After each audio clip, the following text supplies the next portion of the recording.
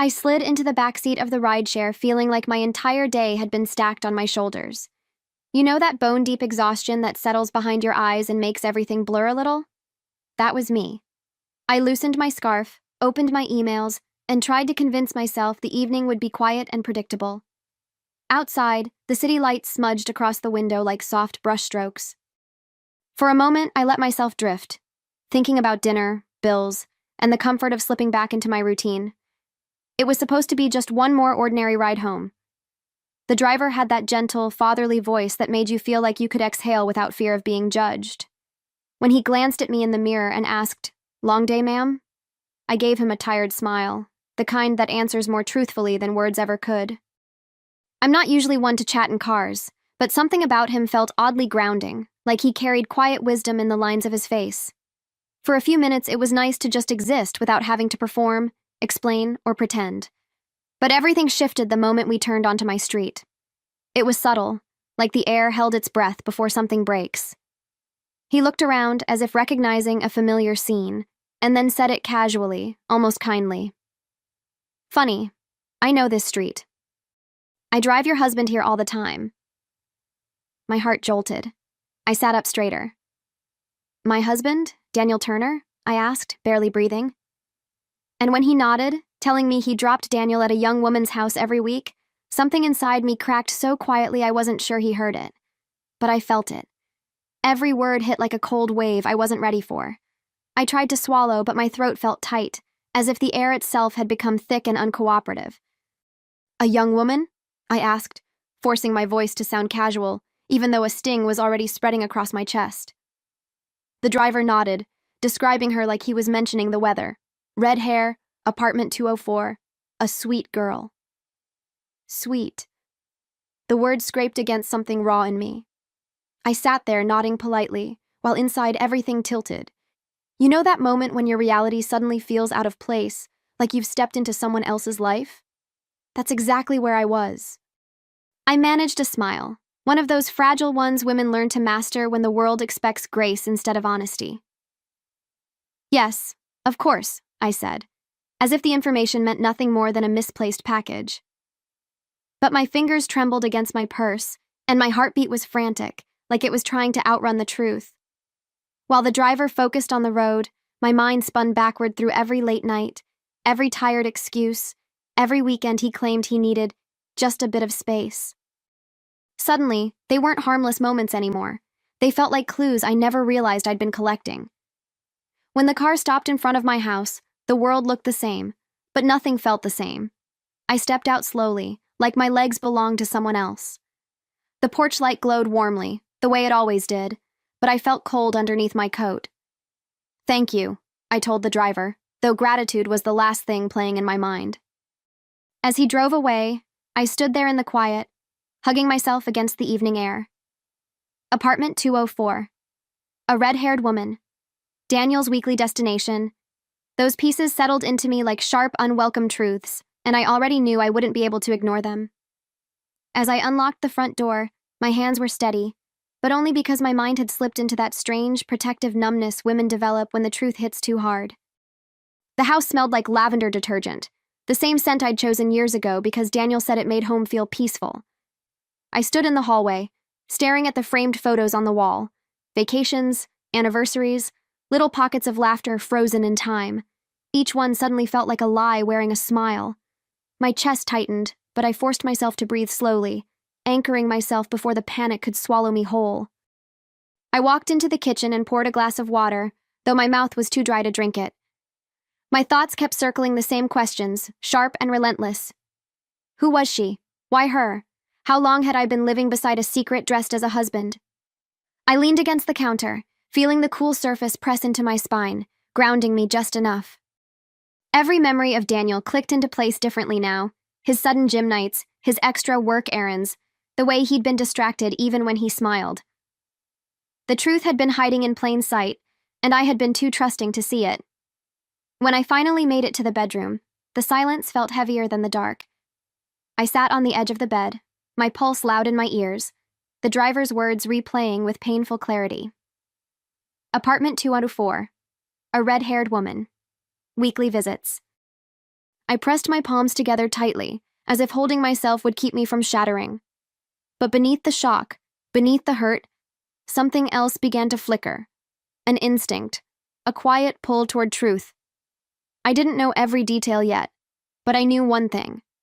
I wouldn't let this stay in the shadows. Not anymore. When I walked through the door that evening, Daniel greeted me like nothing in the world was out of place. "Hey, sweetheart," he said, kissing my cheek, the warmth of his skin brushing mine as if he still belonged there. I forced a smile, steadying my breath so he wouldn't feel the tremor hiding underneath. He smelled like his usual cologne, cedar and spice, but now it felt foreign, like a scent borrowed from another life. "You're late. Everything okay?" he asked casually, completely unaware that my reality had shifted on its axis just hours before. "Traffic," I replied, keeping my voice soft. "Nothing new." During dinner, I watched him the way someone studies a stranger they're trying to understand. The clink of silverware, the hum of the refrigerator, even the low glow of the pendant light above us, all of it felt painfully normal, which somehow made the betrayal feel sharper. I asked, "So, anything unusual this week?" pretending to reach for my napkin while really reaching for clues in his expression. He shrugged, eyes relaxed, posture loose. "Same old. Work, gym, home." "Why?" he said without hesitation. I held his gaze for a second too long before smiling tightly. "Just curious," I answered, tasting the bitterness beneath the words. Inside, though, I was unraveling. Every casual movement he made felt loaded with hidden meaning. Every laugh, every sip of water, every story he told with easy confidence. I excused myself briefly and stepped into the hallway, my heart pounding in my ears. I checked his ride receipts again. Nothing. Not a single trip to that street. He must have paid in cash or maybe used another app. Apartment 204 burned in my mind like a neon sign I couldn't shut off. I knew I wouldn't sleep until I understood exactly what he'd been doing. And with whom. I tried to focus on clearing the dishes, letting the warm water run over my hands as if it could wash away the panic clinging to my ribs. Daniel hummed softly in the other room, flipping through channels the way he always did after dinner. The sound used to feel comforting, ordinary, even domestic. But tonight, each idle hum felt tainted, like a thread pulling apart the fabric of our life. I dried my hands slowly, stalling, studying the familiar kitchen that suddenly felt like a stranger's home. My heart kept beating too fast, urging me toward answers I wasn't ready for but couldn't ignore. When I walked back into the living room, he glanced at me with that same easy, unbothered expression. It was surreal watching him sit there, legs stretched out, completely unaware that I knew more than he ever intended to share. "You seem quiet tonight," he said, not looking away from the TV. I forced a soft laugh and sat beside him, careful to keep a cushion of space between us. "Just tired," I said, though the truth was building like a storm inside my chest. I studied the way he held the remote, the same hand that had knocked on another woman's door. The thought made my stomach twist. Later, while he showered, I stood by our bedroom window and stared at the street below. The night breeze slipped through the small opening, cooling the back of my neck while my mind replayed the driver's voice on a loop. Apartment 204. Red hair. Weekly visits. I pressed my forehead lightly against the glass, grounding myself in the cold. I knew I couldn't confront him yet. Not without the truth laid out in front of me, undeniable and complete. So I made a quiet promise to myself right then. Whatever it took, I was going to uncover everything he thought he'd hidden. When Daniel finally fell asleep beside me, the room felt heavier than the dark around us. His breathing was steady, peaceful even, and for a moment I just watched him, trying to understand how someone could look so familiar and feel like a stranger at the same time. The glow from the street lamp outside slipped through the blinds, casting thin lines of light across the sheets. I traced those lines with my eyes, grounding myself in the quiet while my mind spun with questions. Every inhale he took reminded me of all the things he hadn't told me. It hurt more than I expected. I slid out of bed carefully, feeling the floor cool beneath my feet as I crossed the room. Standing in the doorway, I watched him for one silent moment. Not the man I married, not the partner I loved, just a man sleeping under the roof he was slowly, quietly breaking. My chest tightened with a mix of heartbreak and clarity. I opened the hallway closet and pulled out my old notebook, the one I used years ago when life felt uncertain and I needed a place to gather my thoughts. Tonight, it felt like armor. I flipped to a blank page, my pen shaking slightly as it touched the paper. I wrote down everything: the driver's words, the address, the red-haired woman, the way Daniel lied without hesitation. Seeing the truth in ink made it real in a way my mind hadn't fully accepted yet. Closing the notebook, I held it against my chest, inhaling deeply until my heartbeat steadied. I didn't have all the answers, but I had a direction, and I knew that the next step wouldn't be taken with emotion alone. It would be taken with purpose. Whatever Daniel had been hiding, I was done leaving it in the dark. The next week, I left work early with a calmness that didn't feel like mine. It was the kind of calm that comes right before a storm, steady on the outside, trembling underneath. I opened the Find My Phone app, feeling a strange mix of guilt and liberation as Daniel's location popped up instantly. He'd always assumed I never used the feature, never bothered with it. Tonight, that ignorance worked in my favor. I grabbed my keys, my pulse quickening with every breath. I didn't know exactly what I'd find, but I was ready to face what he'd tried so hard to hide. I followed his little blue dot across the city, each turn of the wheel tightening something inside me. Traffic lights felt longer, the air warmer, the city louder, every sense sharper, as if my body already knew the truth before my mind caught up. When he finally stopped moving, my stomach dropped. It was the same building the driver had mentioned, the same street, the same heavy truth waiting behind its walls. I parked a few spaces down, angling my car behind a large van to stay hidden. My hands rested on the steering wheel, shaking despite how hard I tried to steady them. I watched Daniel step out of his car, adjusting his jacket like a man preparing for something familiar, something routine. That hurt more than I expected. He walked confidently toward the building, and I slipped out of my car quietly, staying far enough behind him to go unnoticed. My heart pounded so loudly, I worried it might echo in the empty parking lot. I crouched behind another vehicle when he reached the second-floor landing, and then it happened. He knocked softly on the door of apartment 204. The one place I wasn't supposed to know existed. The door opened, and she was real. She had red hair, vivid, unmistakable, catching the hallway light like something meant to be noticed. She opened the door with a smile so warm it almost stunned me. Not because of who she was, but because of what Daniel did next. He stepped toward her with a familiarity that punched the air out of my lungs. She wrapped her arms around him, melting into him like they'd done it 1,000 times. And then he kissed her. Soft, certain. The kind of kiss that belongs to two people who don't feel the weight of consequences. I felt something inside me collapse quietly, almost gracefully, like a tree falling in slow motion. For a moment, I just stared, frozen behind the parked car, my fingers digging into the metal as if it could anchor me. Everything around me blurred, the rustle of leaves, the distant hum of traffic, even the warmth of the evening air. It all faded behind the roaring in my ears. Watching your husband touch someone else is a pain you don't prepare for, not even in your darkest thoughts. It's a heartbreak that doesn't scream, it suffocates. I pressed my hand to my chest as if I could hold the cracked pieces together long enough to stay upright. But then something shifted. The pain didn't disappear, but it transformed, turning cold, sharp, precise. My breathing steadied, my vision sharpened, and the shock began to harden into resolve.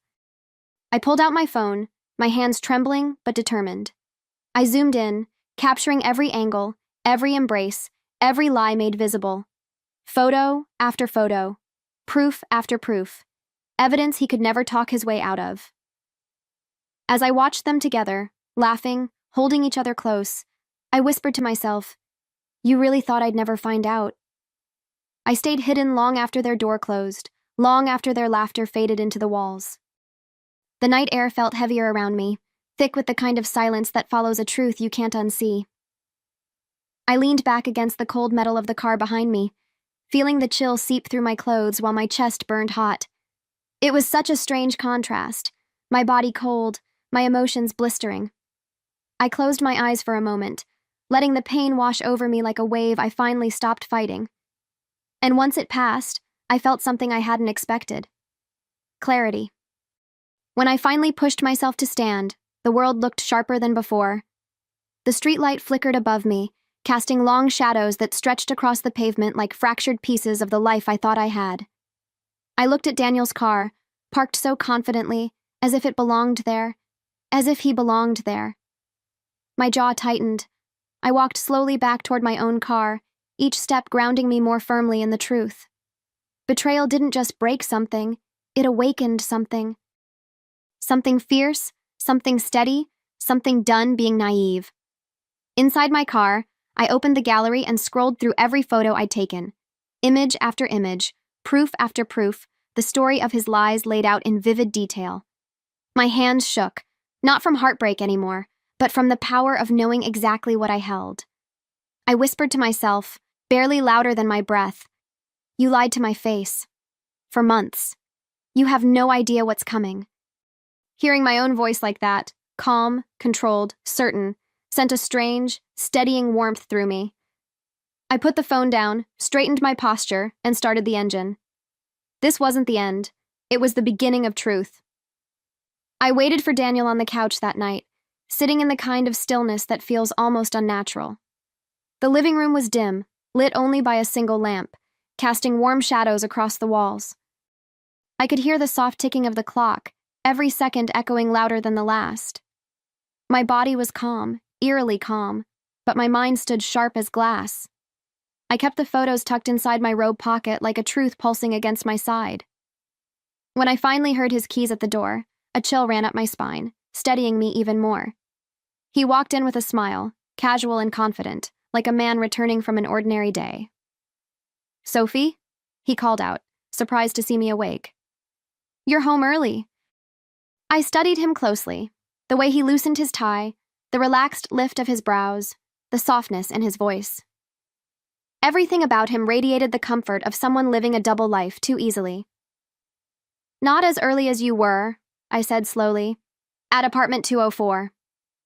The word slipped from my mouth like a cold blade, controlled and precise. And in the split second before he reacted, I saw guilt flicker through his eyes. He froze. Completely. As if his lungs forgot how to function. His bag slipped from his hand and hit the floor with a dull thud. I don't know what you're talking about," he stammered, his voice cracking under the weight of the lie. He wouldn't look me in the eyes now, his gaze darting around the room, searching for an escape that didn't exist. I leaned back against the couch cushion, feeling the firmness press against my spine, grounding me in the moment. I reached into my pocket, my fingers brushing the edges of the photos. "Really?" I whispered, lifting them slightly, because she seemed very comfortable kissing my husband. The moment the photos hit the coffee table, Daniel's entire body seemed to collapse inward. His knees buckled before he even realized he was falling, and he dropped to the floor like a man watching his world crumble in slow motion. "Sophie, please," he choked out, reaching for the pictures with trembling fingers. His face was pale, his eyes wide and glossy with panic. But I just watched him, detached in a way that surprised even me. I wasn't numb. I was awake. More awake than I'd been in months. And seeing him fall apart didn't bring me pity. It brought me clarity. He gathered the photos in his hands, flipping through them as if hoping they'd magically turn into something innocent. "It's not serious," he cried, tears already streaming down his face. "I was stupid. I'll stop. I'll fix everything." His voice cracked, desperate, frantic. He crawled closer, reaching for the hem of my robe like a child begging not to be abandoned. But the sight didn't soften me. It sharpened something inside me. I pulled my leg back slowly, refusing the touch. His betrayal had been rehearsed for months. Mine? It was unfolding right in front of him, carved into every calm breath I took. "You want to fix something you destroyed one secret trip at a time?" I asked, my voice low but steady, each word hitting him harder than the last. He lowered his head, shoulders shaking, his hands covering his face like he couldn't bear the weight of what he'd done. For years, I'd been the one to soothe, to forgive, to find excuses for his quiet selfishness. Not tonight. Tonight, he could drown in the consequences he created. I stood up slowly, feeling the room shift around me, feeling my own strength settle deeper. You're going to regret every single ride you took to her house, I said softly, not out of spite, but out of truth.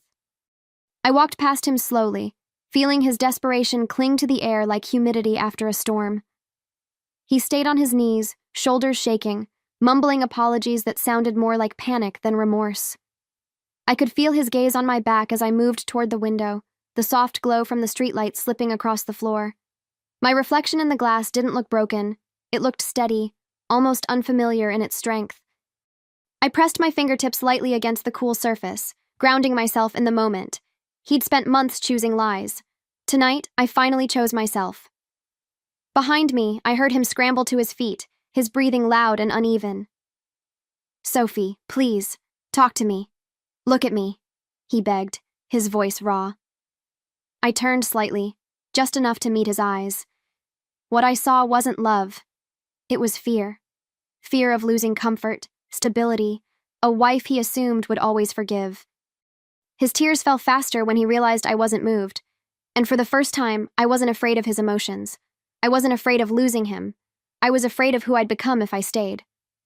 That thought hit me harder than any betrayal ever could.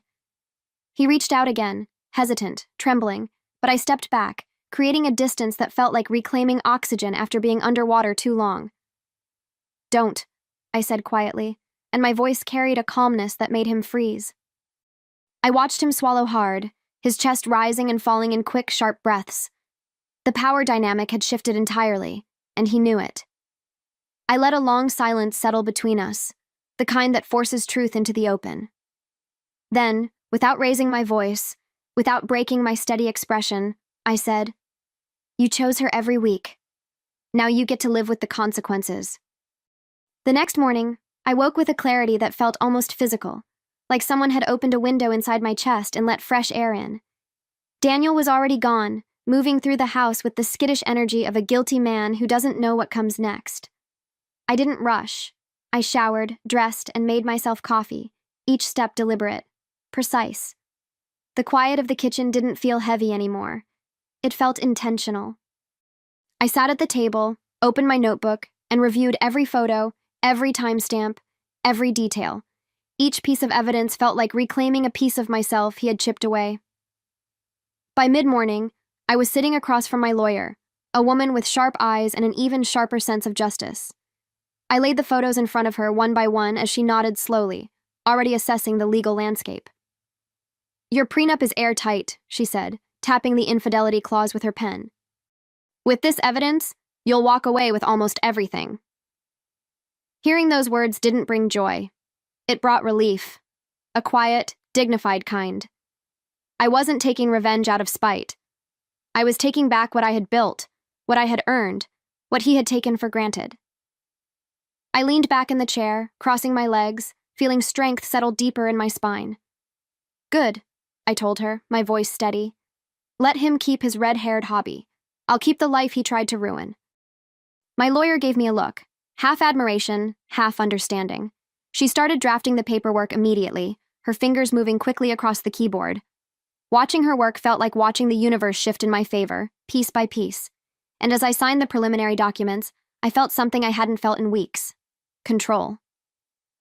When I got home that evening, the house felt strangely lighter, as if it already knew it wouldn't belong to him much longer. I placed the printed papers neatly on the dining table, unsigned by him, already validated by me. A quiet sense of justice settled over the room, mixing with the familiar scent of eucalyptus from the candles I'd lit earlier. For the first time in weeks, my shoulders didn't feel like they were carrying someone else's sins. I walked toward the hallway, paused, and glanced back at the table. His name on paper, his lies finally documented. It felt like closure waiting to happen. A few minutes later, I heard his car door slam, followed by footsteps that sounded too fast, too frantic.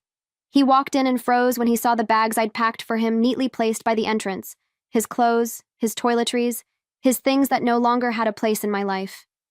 His face drained of color, his jaw trembling as he looked from the bags to me. "Sophie, what is this?" he whispered, though he already knew. I stepped closer, not with anger, but with a clarity that made him swallow hard. "Your new reality," I said quietly. "The one you chose." He rushed toward the table, grabbing the divorce papers with shaking hands. Please, don't do this, he pleaded, his voice cracking like thin glass. I watched him, not with cruelty, but with the kind of calm reserved for truths that cannot be undone.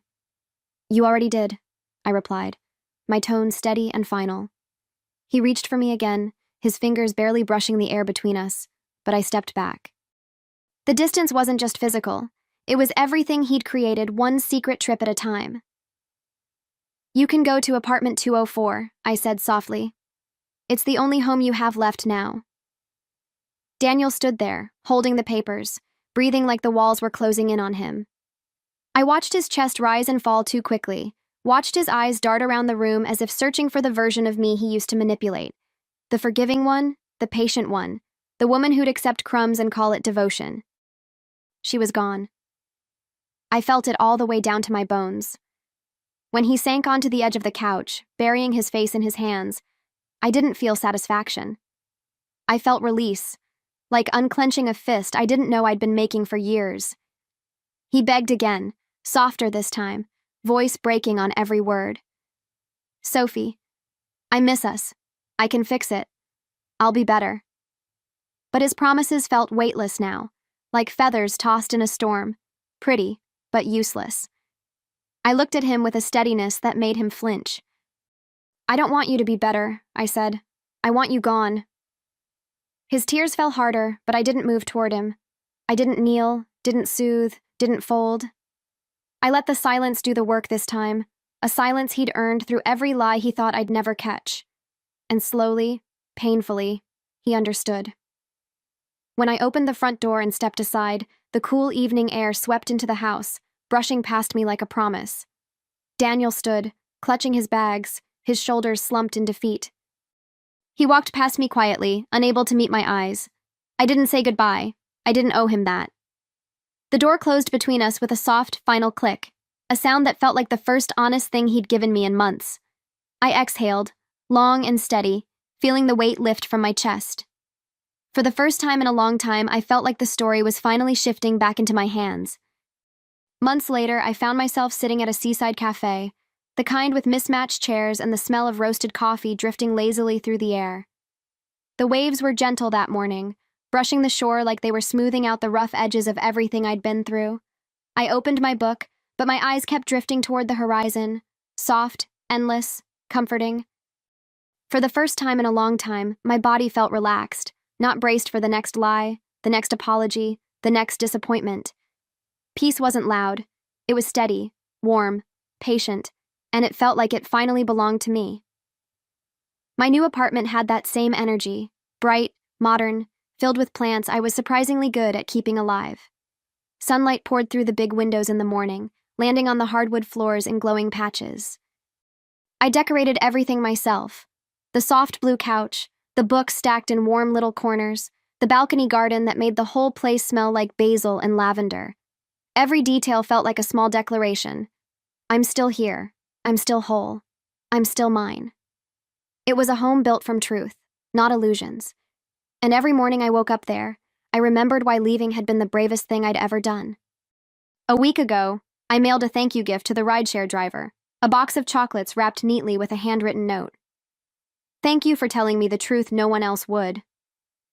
It felt right to acknowledge the stranger who unknowingly nudged me toward freedom.